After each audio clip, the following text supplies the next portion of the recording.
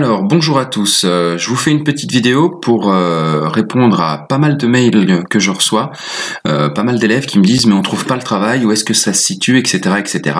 Je pensais que c'était clair dans mes explications en mail, mais je vous fais cette petite vidéo pour vous réexpliquer un petit peu tout ça. Alors, pour retrouver en fait tous les cours de musique, que ce soit pour la classe à la maison comme en ce moment, ou alors comme d'habitude pour faire les devoirs, pour réviser ou quoi, sont en ligne et sont tous à la même adresse. L'adresse, je vous l'ai envoyée par mail il y a une semaine à peu près, donc je vais vous montrer comment faire pour retrouver tout votre travail. Vous allez d'abord dans votre messagerie, là vous êtes sur Éclat, là j'ai connecté mon profil, vous allez dans la messagerie.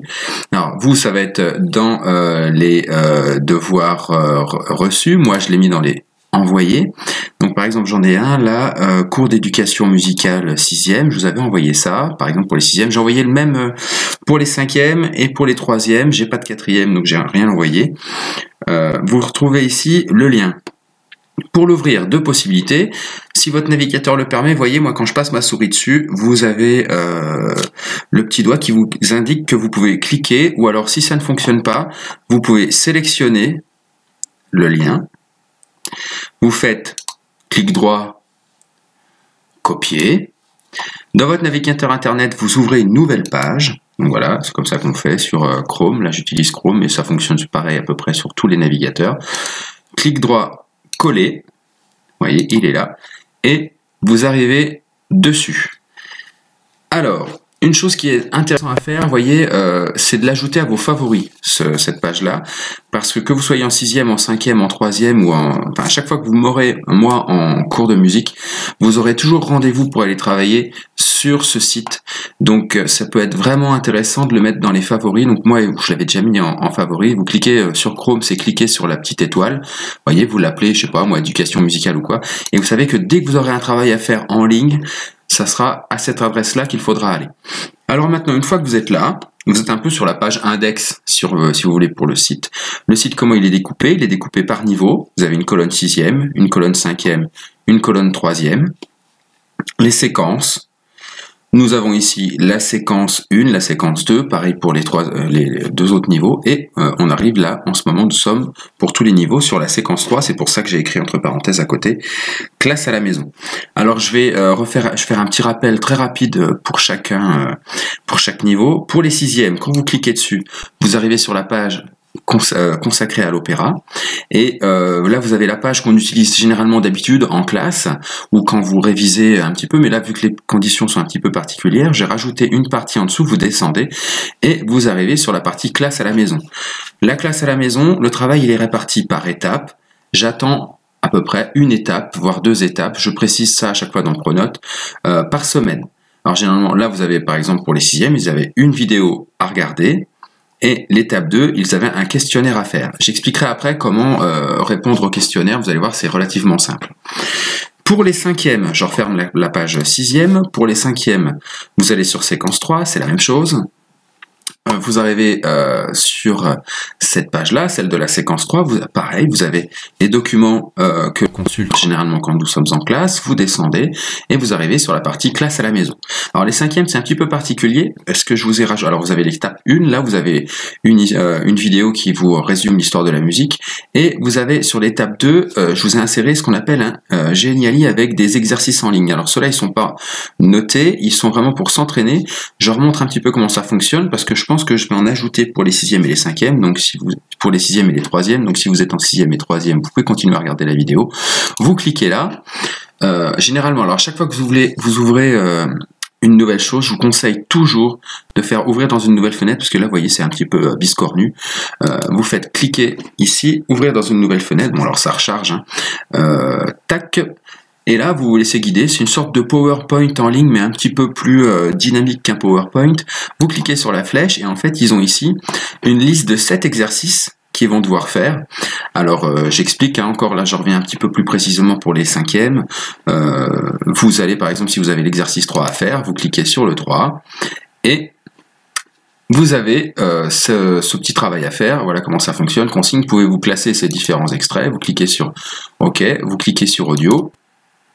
Théoriquement, ça se met en... Je ne sais pas si vous allez l'avoir sur la vidéo, le son, mais en tout cas, on va voir. Tac. Voilà.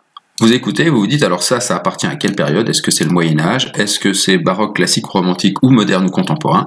Vous saisissez l'extrait et puis vous le posez dans une de ces trois catégories. Bon, c'était pas le sujet de la vidéo pour l'instant. Je reviendrai dessus si j'ai des élèves qui ont des soucis, mais en tout cas voilà, je voulais vous en parler de cette partie-là.